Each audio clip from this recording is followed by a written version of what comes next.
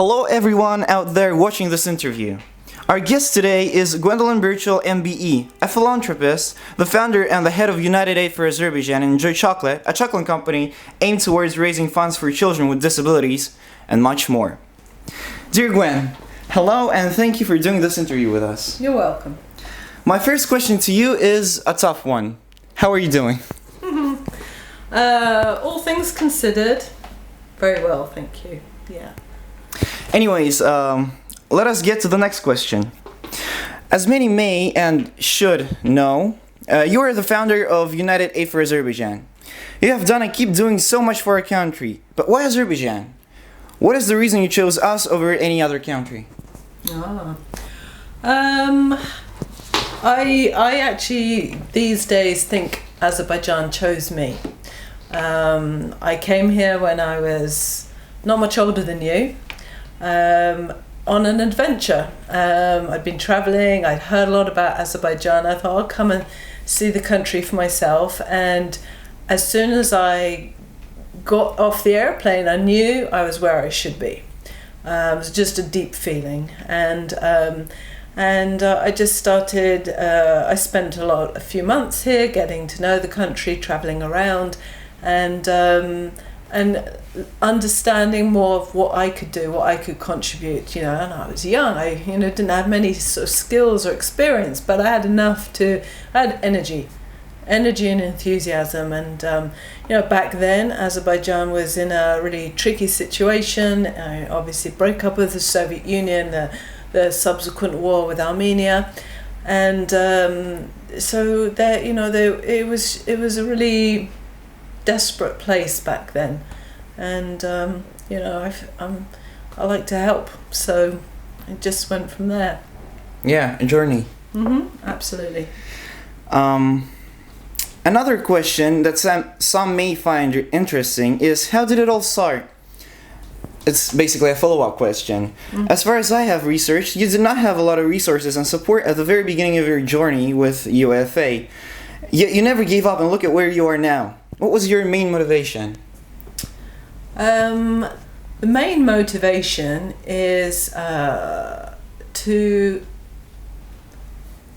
we're all connected in life. We're all connected. We're all here to try and make the world a bit better place, to when we die leave something behind. That's for everybody a driving force.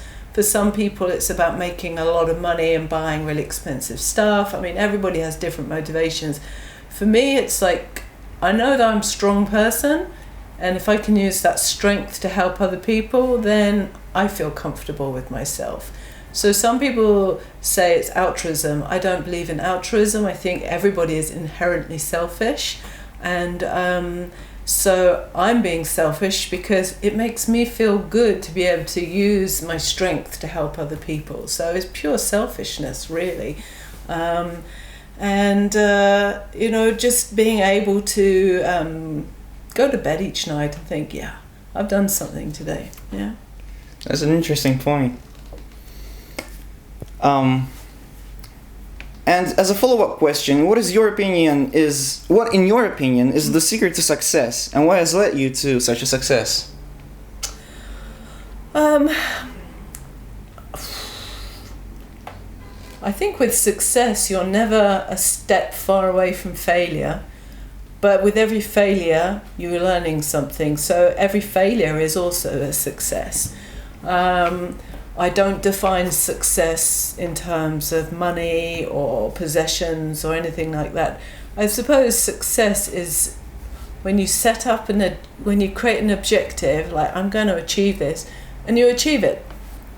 And as the days, months, years go by, your objectives grow, they develop, you go deeper into an issue, and you keep reaching your objectives and going further and further along with what you're trying to do. So for us, for UAFA,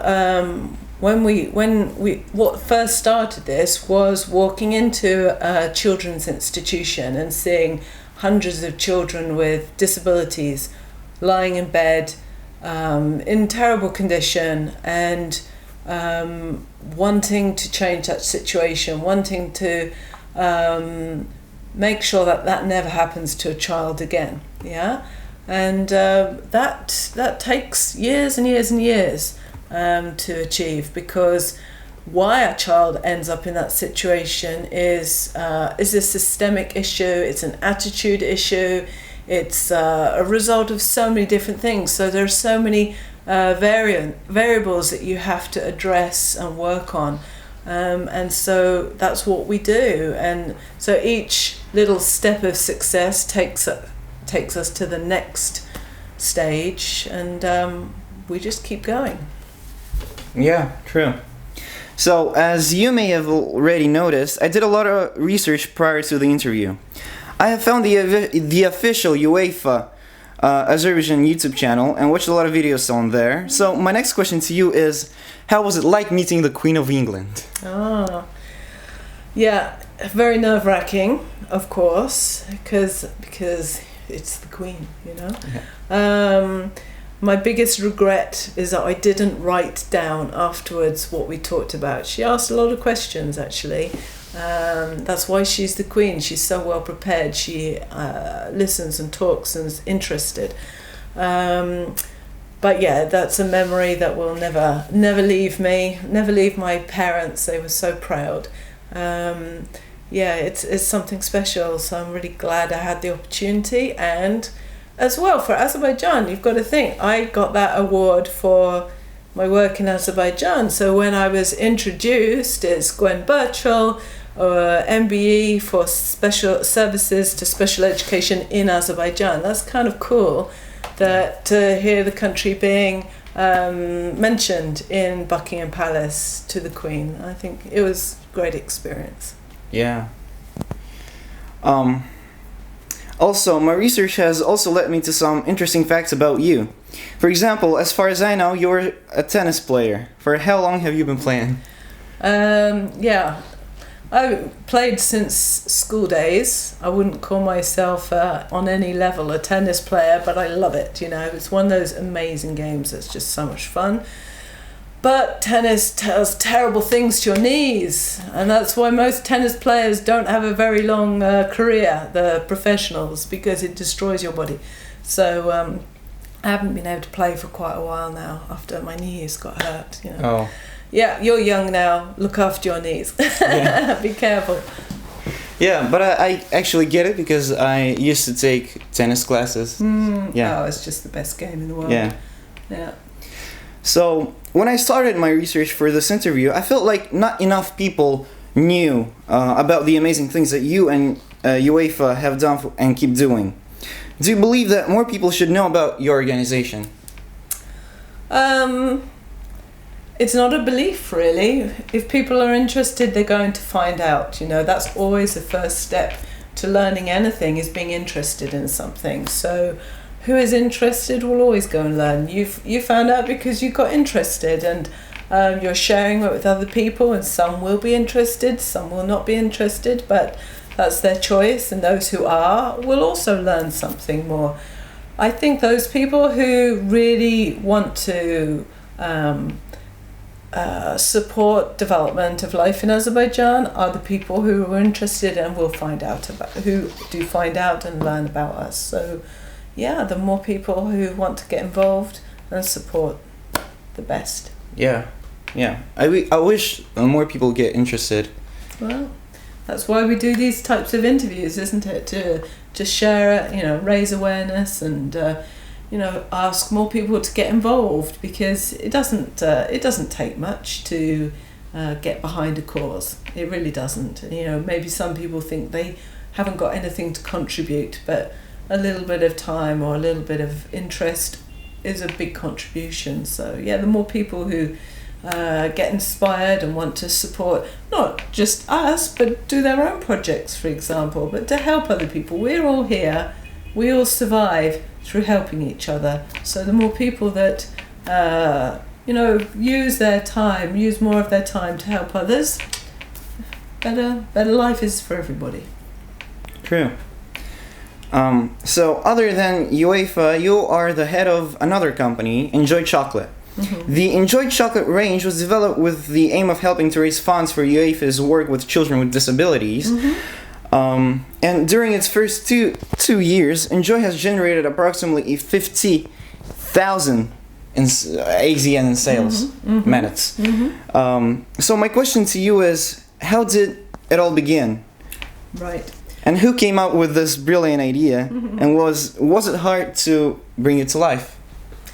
Quite a few years ago, I understood that the typical model of raising funds through grants for an NGO is coming to an end here, and not just here. It's not. Grant funding creates dependency, actually. So any NGO that continues to raise its funds just through grants, it becomes dependent on that, and it loses its innovation, it loses its motivation and creativity, as far as I'm concerned.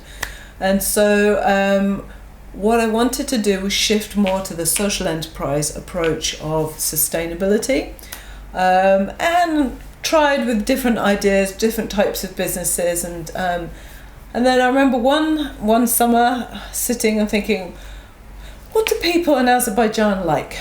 They love sweets. Yeah. They really love sweets. So maybe I can focus on that. And it came from there. It started from there, trying to find a way of, combining what people like with something new. And I noticed that there weren't any chocolates using Azerbaijani flavors. Reyhan, sumac, tahun, etc. Azerbaijan has an amazing quality of natural products. The flavors are fantastic, and so that's where the idea started. And then I sat down with a couple of ladies who are very good cooks, and we discussed it, and the three of us started to create different ideas, different flavorings, and it started from there. It was lots of fun, actually. And then we just built up our range, built up our expertise, because you have to learn how to make these chocolates. It's some skill involved, and it just grew from there. And and I think people really, first of all, they love our chocolates. They have really good quality. They're on a level with Swiss, Belgian chocolates. I mean. And the unique flavors and fresh tastes and fresh products. They're very good. And then people want to buy them as well, because they know that they're helping to support the cause. So it works, and it's growing now. We managed to open a shop last year.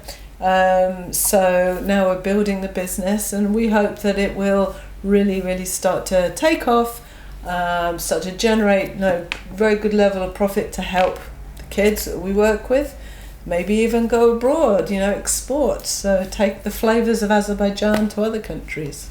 Yeah.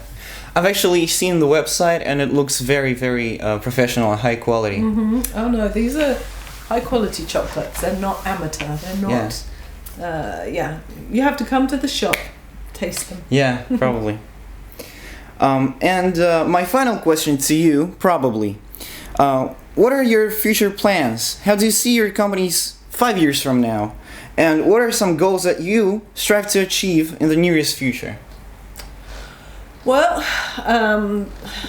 our aim has always been to stop this situation where children with disabilities are excluded from society.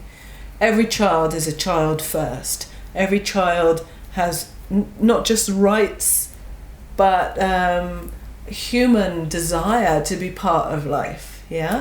Doesn't matter if you have a disability, no disability, you still have this humanity, this desire to socialize, to be educated, to learn things. So that's always been our objective, is that for children with disabilities to be part of society.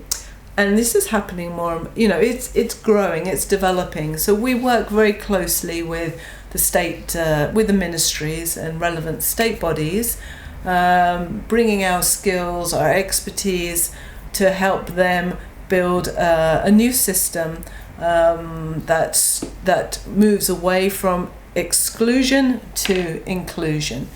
And so that's what we see during the next 5 years, that this becomes more and more strong infrastructure, that families don't feel the stigma of disability, but they embrace it and recognize that their children can be part of life. So that's really our main goal over the next 5 years, is to realize more and more system development, more and more attitude change, more and more skills and expertise across the country to help all these kids develop to their full potential. Yeah, that's actually very heartwarming. Mm-hmm.